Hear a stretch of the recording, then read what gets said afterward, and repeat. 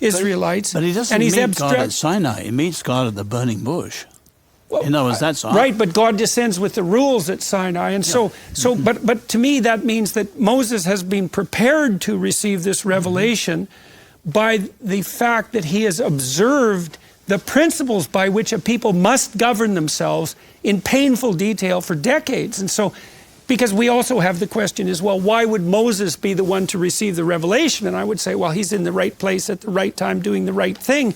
And I do see this bottom-up yearning towards the divine, let's say, making itself manifest at the same time that the divine is reaching down to deliver the revelation. It's still the case that when Moses gets the rules, it's a revelation, and it's a codified revelation, but the ground is prepared because the Israelites, he's already spent a lot of time organizing the Israelites so that to the degree that they're peaceful and already a nation, they're kind of doing this already. They don't know it.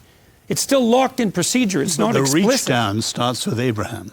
Okay. So, and I would just challenge you to put the descent as strongly as the ascent, always. Right. That's fine. I mean, I agree, but I understand why Jordan is trying to formulate it that way, because I would say historically, and what we've noticed in the past few years, is that when we formulate it bottom up for people, they get it. And it's as if people have become so blind to what it means to have vertical revelation. As soon as they hear that, they think superstition, and they stop listening. But if we can show what people call emergent properties, which I still believe come from above, but if you can show it and show people how it works and how these things gather together, then it's as if people, for some reason, now they understand, and they're more susceptible to then hear about, well, then now we can say you can formulate it the other way around now. You can say that these principles constrain reality and act upon it that way. Well, and you can also say, well, there's a moral striving that emerges from the bottom up as mankind aggregates itself into larger and more sophisticated cooperating and competing groups. But that fleshes out a pattern that's implicit in being itself, and that's there in the beginning, and that's the same in some real sense as it descending from on high. And it's like we're investigating only the pattern of possible forms. It's not some mere arbitrary moral horizon. It's a moral horizon that has an implicit and a priori structure. But it's not arbitrary. That's it. It's what you're discovering, that this is how God created the world. God created the world. These are the actual forms that God created. The things that he's saying are not arbitrary. They are revealing the patterns of reality. And so it is possible, like you said, to notice the inklings, the yearning, the searching, and to see people kind of grasp at it and find, let's say, fragmentary versions of it. And then at some point it clicks and it joins together. Yeah. And that is the revelation.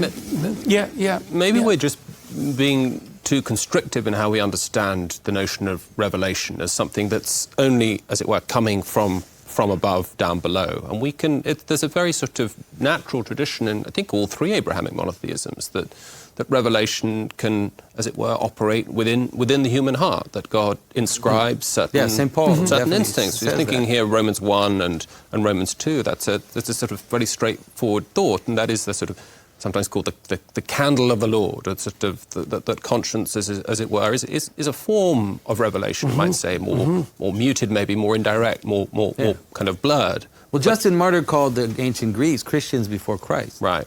I mean, he used that term. Yeah. And there's also other monotheisms. We tend to really focus on the Abrahamic tradition, but there's also Mazdaism, is what we call Zoroastrianism today, is a very ancient form of monotheism which existed prior to, happening at the same time. Exactly, yeah. I mean, surely in some sense the whole notion of revelation, the whole notion of giving laws at all rests fundamentally on the idea that those to whom that is given are already something that can internalize and take that on. Otherwise, it's just it's just chaotic sound, or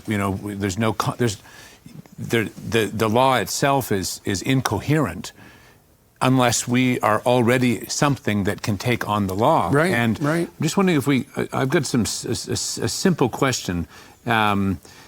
In some sense, yesterday we talked about the first four commandments are sort of our relation to God, and then, or let's say to the divine, and then the last 5 are sort of our relation to each other. In some sense, the giving of the law is the constituting of a community of faith or belief or practice.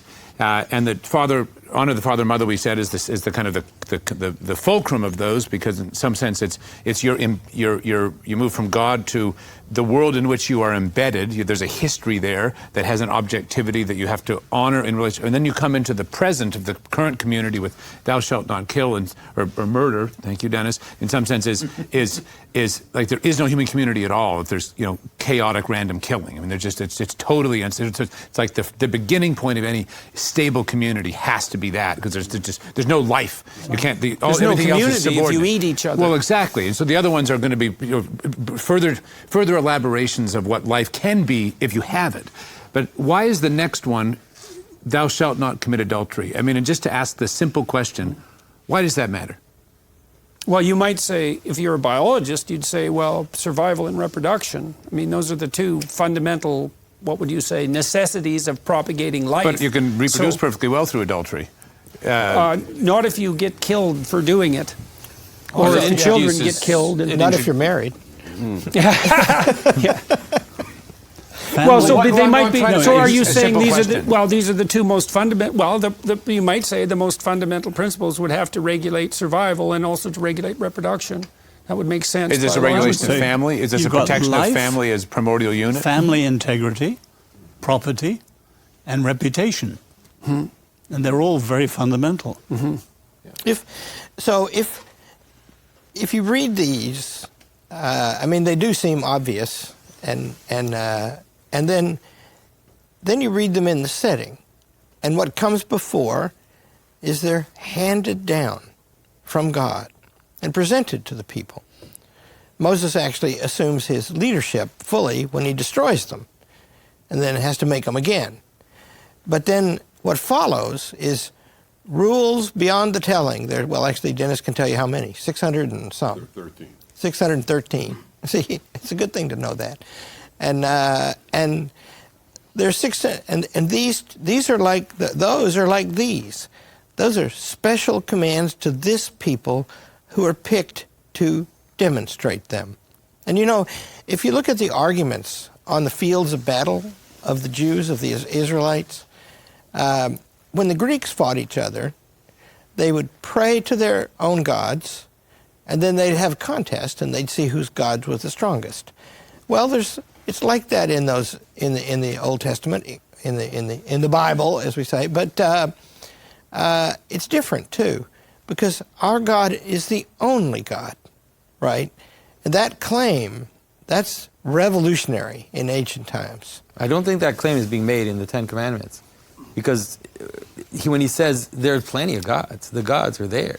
You have to read this in light of that. This is the God, and these are my people, but I'm still everybody's God, right? Yeah, he's the transcendent God. That's it. And then there are lower gods, like angels and all these other beings. There are lower gods in reality, in the human reality, but they're not really gods. Well, this is they're things that are worshipped. It's a contentious point that I've noticed has been kind of hovering in the background. We've not really settled it. Are we committed to the idea of henotheism, the idea that there's a God, Yahweh, the God of Exodus 3:14 is the top God, but there are, in reality, not just in our human reality, our human imaginations, actual gods? Or are we saying this is... You mean in the eyes of the Bible, in the eyes of God, in the eyes of Moses? All of those, in some sense.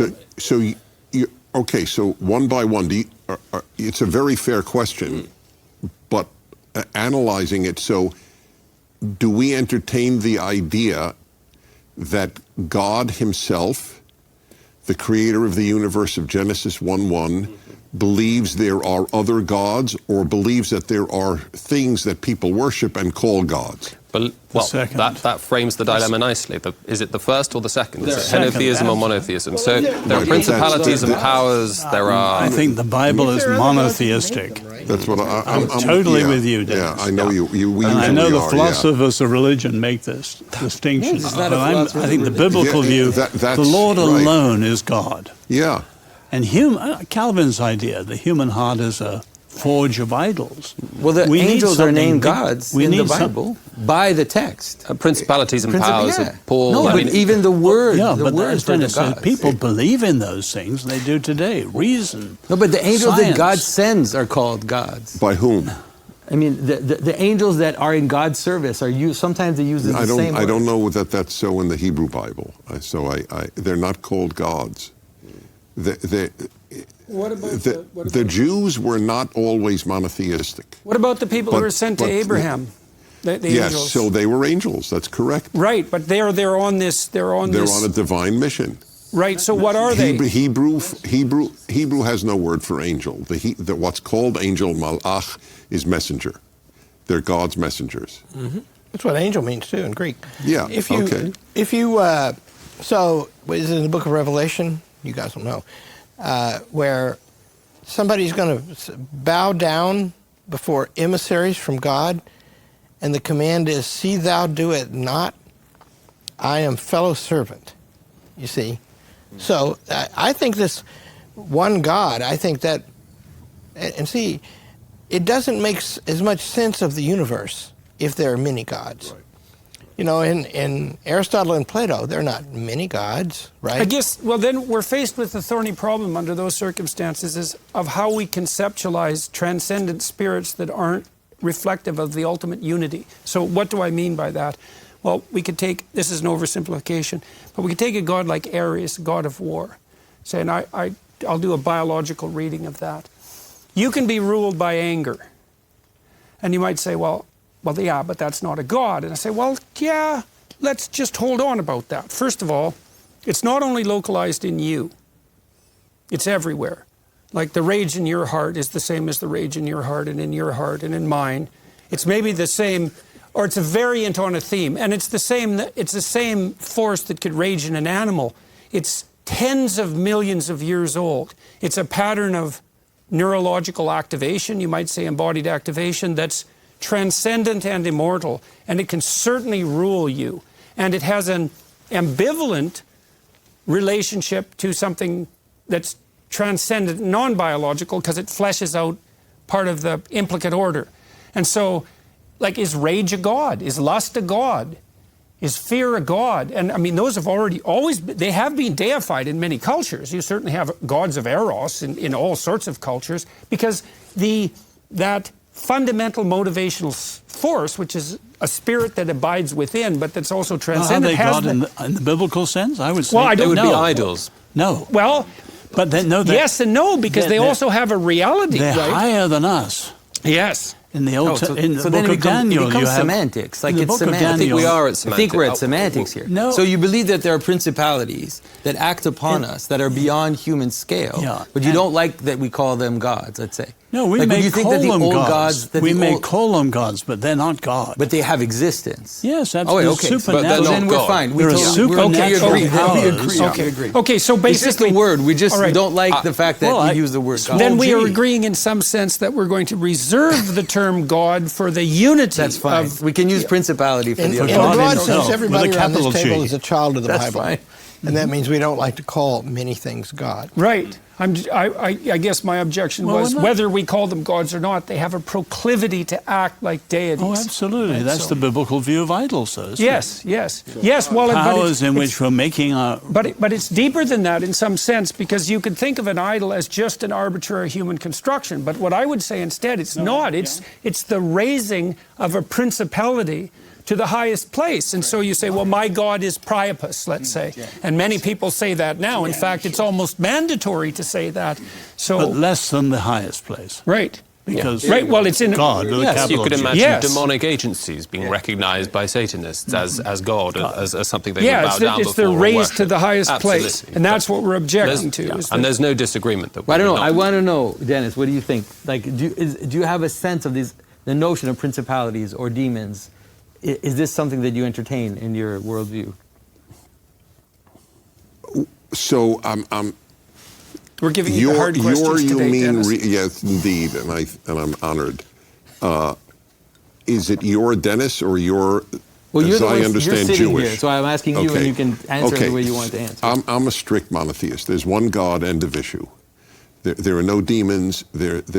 Even I will say though, to my own shock, the last years in the Western world have opened me up for the first time to the belief that there may be a devil. They're walking around. The demons are walking around in the street now. I'm not kidding. I wish I were. There's no levity to what I'm saying, but it is almost impossible to explain the rejection of what is good and the celebration of what is wrong so radically and so quickly without recourse to some other force in the universe. And I don't believe it because Jews believe, unlike Zoroastrianism, where there are two gods, a good God and a bad God, where there is Satan is only in Job in the Hebrew Bible, and it only means Opponent, yeah. opponent, yes, adversary, yes. But Dennis, Book of Daniel, you have the princes and so on. They're supernatural power. I agree with you. There's only one God. Right. But the supernatural powers higher than human powers.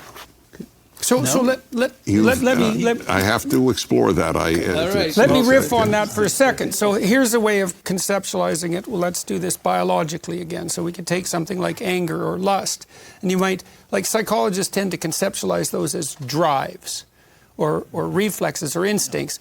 It's a poor conceptualization, and here's why. And I mean this scientifically. A fundamental motivational force that's transcendent, so it's shared by all humans, it's shared by all mammals, let's say, it's shared by reptiles for that matter, like it's archaic. Lust would be that, anger would be that, fear would be that, pain. Those are best conceptualized as personalities. And why do I say that? It's because they have a viewpoint. They have a telos. They frame emotions. Like the best way to think about anger is a personality, and you know that perfectly well. If you get very irritated when you're arguing with someone and you're possessed by the spirit of anger, it changes your perceptions, it changes your emotions, it changes your view of the future, your view of the past. It's a fragmentary sub-personality that then takes over the whole.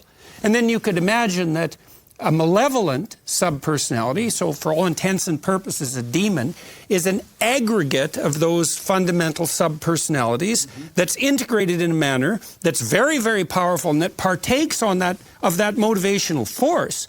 Maybe you're angry and afraid and resentful and lustful all at the same time, and that's it. It's like a very high-order malevolent spirit has got you in its grip.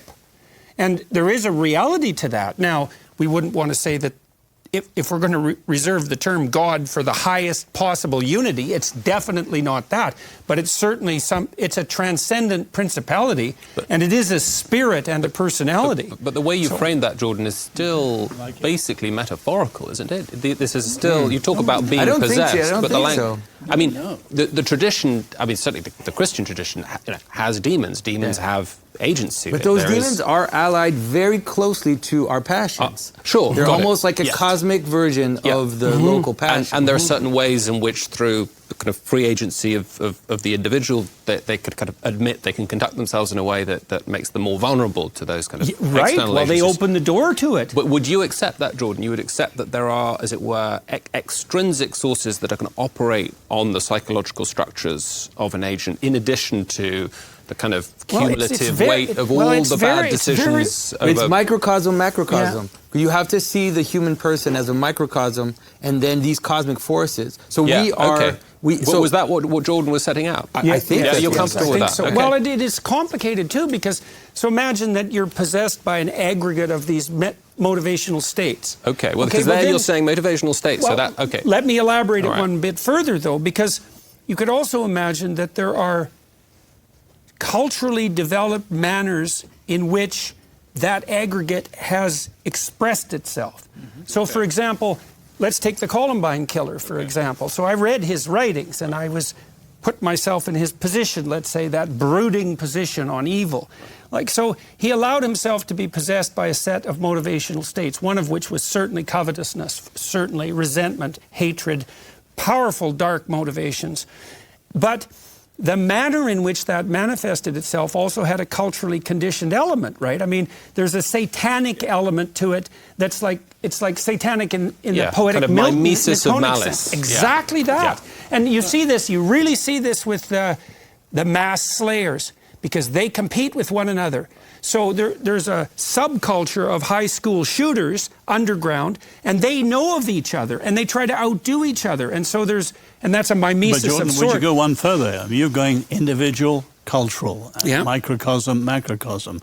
Would you go natural, supernatural? Well, that's So I think that's supernatural. still a distinction between the No, way it's you part put of it out, everything. Jordan, and the way that... Okay, well, but then I would also say, this is where it gets very complicated, is that malevolence that's a combination of bottom-up biological motivation and then cultural And elaboration, cultural mimetic also effects. a reflection of some cosmic form. I think and I that's would what- say, I think it is. Okay, great. I We're think it agreed. is. Okay. Well, Wait, you're not agreeing. I am agreeing. I was agreeing with you because you weren't agreeing with him. I wanted to Wait. tease out the Well, tension I don't between these understand. two. How is it... Wait. Well, I think it's we don't produce anger. We don't produce lust. They're outside of us. No, we're not saying that. Well, I thought... Then I don't but it's understand not what's being said. I mean, a simple way to say it is that anger in you is similar to anger in Stephen or in me, and because it's similar,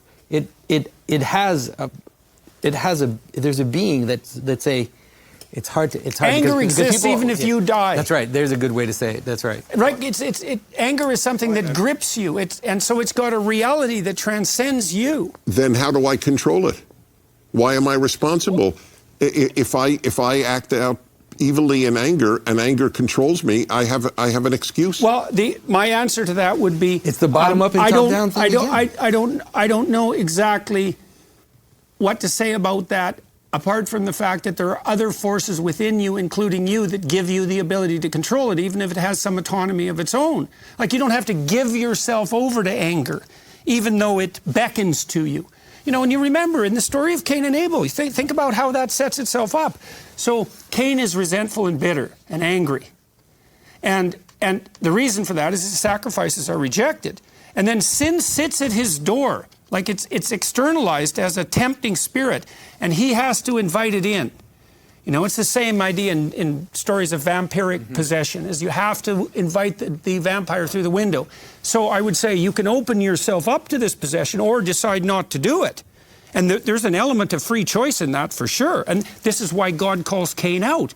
And the Cain and Abel story is very ambivalent in some way, because it isn't exactly obvious why God rejects Cain's sacrifices. And I love that about the story, because people fail in life and it's not exactly obvious why. And they get bitter and resentful about it. And then you might say, well, does that justify, because they're hurt so badly, because they've failed, does that justify their vengefulness? And the Cain and Abel story says no. It sets them up for it.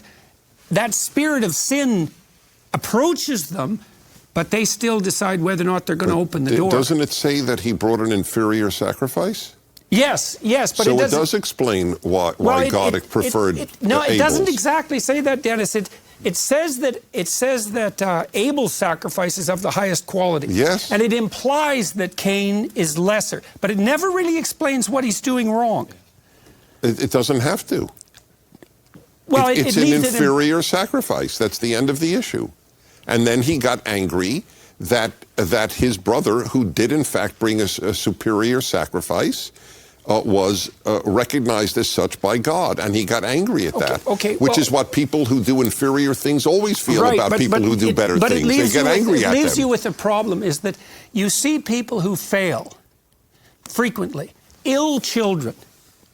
They fail, and it isn't obvious that their sacrifice is insufficient, right? So there's this problem in life where cataclysmic things can befall you, and your culpability isn't self-evident. But the moral of the story in the Cain and Abel story, in some sense, is that even if, regardless of why your sacrifice is rejected, it's not morally appropriate for you to open the door to possession by the spirit of sin that sits on the doorway. And I think the ambivalence in the story is actually extremely useful, because sometimes you fail for reasons that aren't obvious, right? Think, well, maybe my sacrifice wasn't of the highest quality, but I don't know why and I don't know how, and I failed and it's bitter, and aren't I justified now? And the answer is, not even under those circumstances are you justified. But Dennis, you almost said if there's any force outside us, it's nothing to do with us. We're non-responsible. Yeah. And we're surely saying it's both and. We are fully responsible, but there is something there. And I keep harping on this for a simple reason. That's the word cosmic that well, let me explain why I keep harping back on this. Well, it should trouble you. It should trouble you. From my first days at Christ Church with tutors at Oxford, everything was reductionism. Following Feuerbach, God himself is a projection.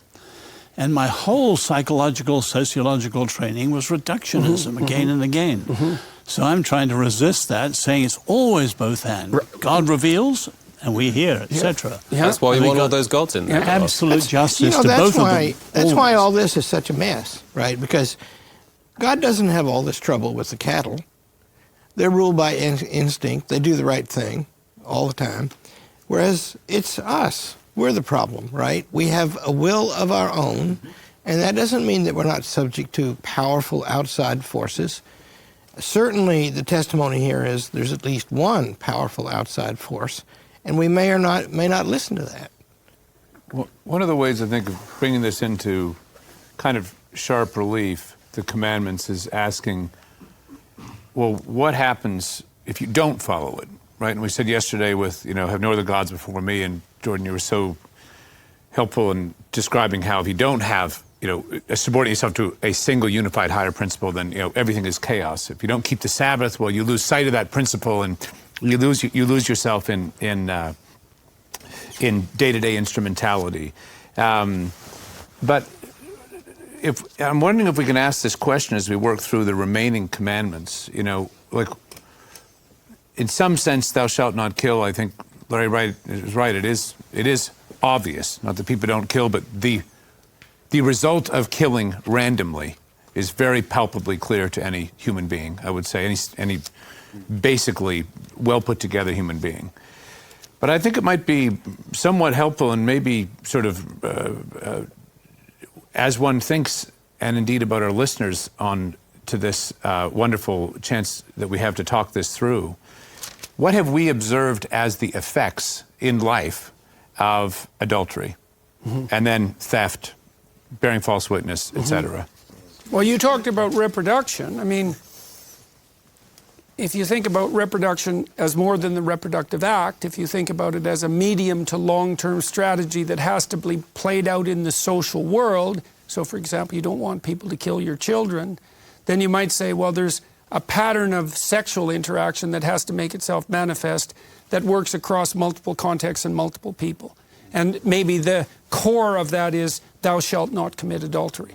It's like you can't let your sexual desire be as wanton as random murder might be, for example. It's not a tenable and iterable social solution.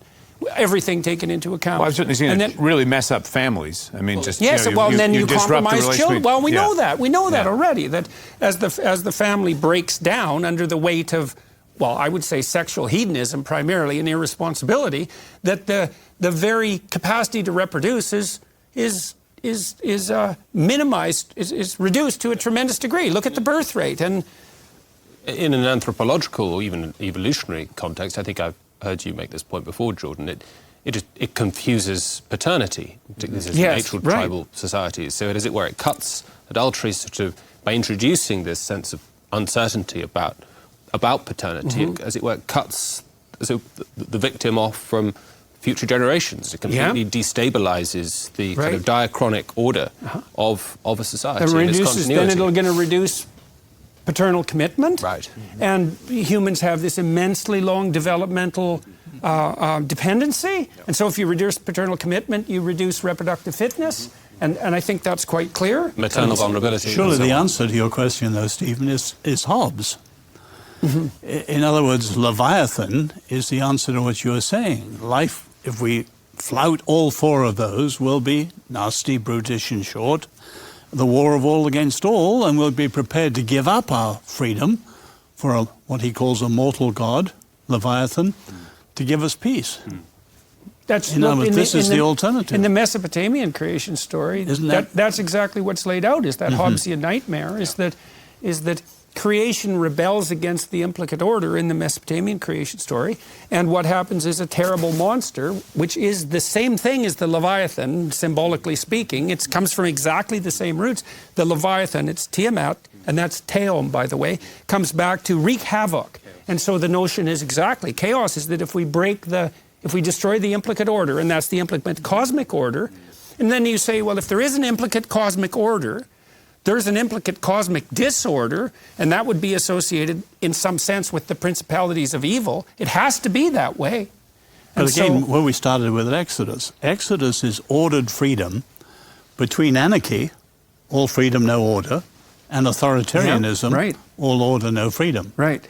And if America rejects the ordered freedom, we are going down clearly towards anarchy, and every time something's chaotic, you'll have more of a reach towards government, and we'll swing from anarchy back. That's what this is very relevant. One calls the other out of the darkness. Exactly. Absolutely, that's the Tower of Babel story. And they're both dark, right? I mean, in the tradition of political thinking, tyranny does not produce order. No. It produces disorder, right? And justice is the thing that produces order. Then each can have his place, and each can do what is right and command his own responsibilities.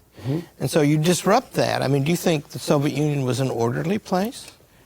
Right. It was a radically disorderly place. And the forms of disorder that come from freedom are suppressed, sort of, but that doesn't mean that there's not huge disorder underway all the time. Right. And remember, these people are seeking for lawfulness. And my opinion is that they start with the obvious things, and then that gives meaning and plausibility to the whole thing. And after that, they get to 613 rules, they differentiate, which you would not derive from a knowledge of the natural law, right? But the rules are important because they mark them out. They're doing all this according to a plan that I have made, and for everybody. And I think we should regard these two not as arbitrary constraints, but as enabling principles. They're like the rules of a game, and you think, well, are you more constrained if you play the game by the rules? It's like, well, no, because you wouldn't have the game without the rules. And so the rules are actually the precondition for freedom within the constraint of the game. Shall we move to thou shalt not steal? We better do that. So that's the next one. So why not? Why not steal? Like what happens to social order? The first thing you might say is, well, if you can steal, then no one gets to have anything.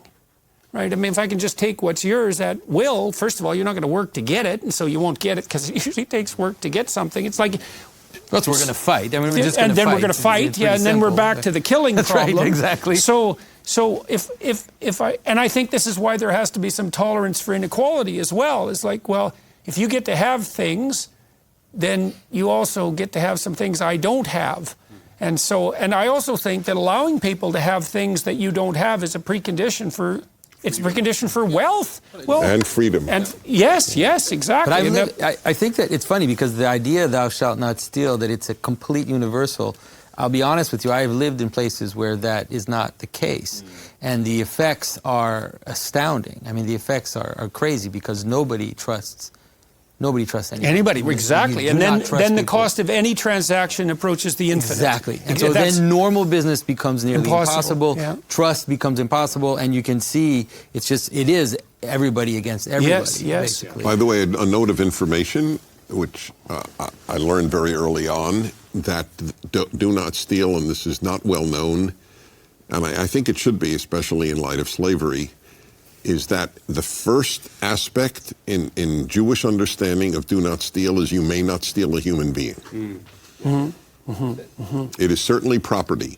So first and foremost is kidnapping. Is that in the That is the way it was understood. Rashi brings the point, the great medieval commentator that's considered normative, and it's in the Talmud, which is, a little past the time of Jesus. There's a great economist named Hernando de Soto. I don't know if he's still alive or not, but he grew up in South America, and he put his mind to the question, why can't they produce and improve their society? And he came up with the answer, they don't own anything.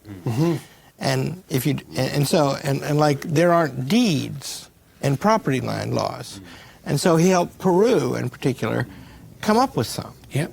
And what he did was he got them to walk around the neighborhood and mark when the dogs barked. Yep. And draw a property line there, and that way now it's yours, and you can do with it, and that's what's wrong with because communism. he objected, for example, in these tent cities that surround large developing countries. The problem isn't that people are poor because they have property. They're prevented from becoming rich. The problem is they don't have title or deed to the property, and so they can't capitalize it. And that's one of the things that makes De Soto's book so brilliant, is that he shows very clearly that he was trying to account for why, too, that if you just imported a Western legal system into a developing country, it didn't work because there was no bottom-up concordance with the law, and that was partly a consequence of people not having clear title ownership. When I was a kid, I used to go to this little town in Saskatchewan called Nacum, and one of the cool things about Nacum was it only had about 500 people. It was kind of a thriving town in the 1960s, 70s when I used to go there. It was before all the small towns collapsed. There was a dairy there where people got their milk in cartons, but there was no one in the store. And everyone just went to the store and took the milk in cartons, and then they put their money in a little till beside the cooler, and that's how the dairy serviced the town.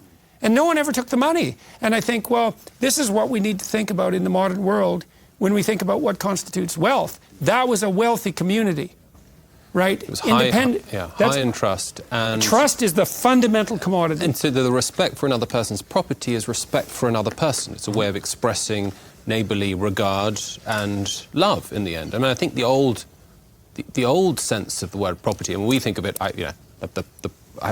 this computer is my property, this mug is my property. The old sense is that what's proper or appropriate to a person. That is to say, what is it's an extension of them. You sometimes have kind of property in abstract ideas. I have a property in my freedom. I have property in my conscience. And so this is the sort of Lockean 18th century, as I think the founding fathers understood. Well, John Locke. That's right. Life, the original liberty, and property, not pursuit of happiness. Not just material objects, but as it were, everything that is proper to myself. Do you think that's that's an any extension different of myself. from Dennis's observation that the fundamental property to not be stolen is another person?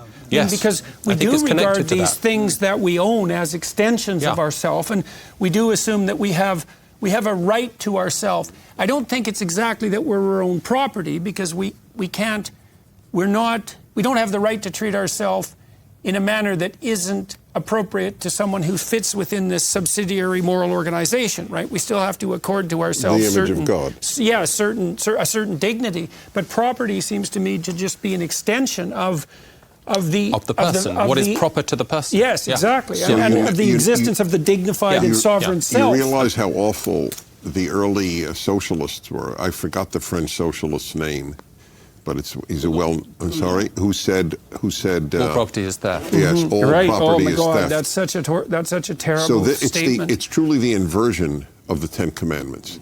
If all property is theft, then clearly you can steal all property. No, you're obliged to. You are obliged to. You're morally even obliged better. to. Right now, as we speak, I hope one day this will be viewed as an interesting historical phenomenon, but right this moment in New York City, store after store is now placing shampoo behind locked windows. That is how much theft is going on when the in Soviets dekulakized the farms, the proposition essentially was all these farmers who'd clambered out of serfdom to some degree of prosperity were only prosperous in the minimum way they were prosperous because they had stolen that prosperity from their victimized neighbors. And so it wasn't only that it was okay to steal from, to take back that from the kulaks, but that it was a moral obligation to steal from those whose property was deemed to be theft. Right. Unbelievably pathological. And it produced an unbelievably pathological outcome. Which only intellectuals believed. I had to throw that in. Luciferian rationalists, not intellectuals. I love that. Forgive me one second. Is that your term? Luciferian rationalist? I'll take credit for it that for is now. awesome. Yeah. Well, they're the rationalists who elevate rationality.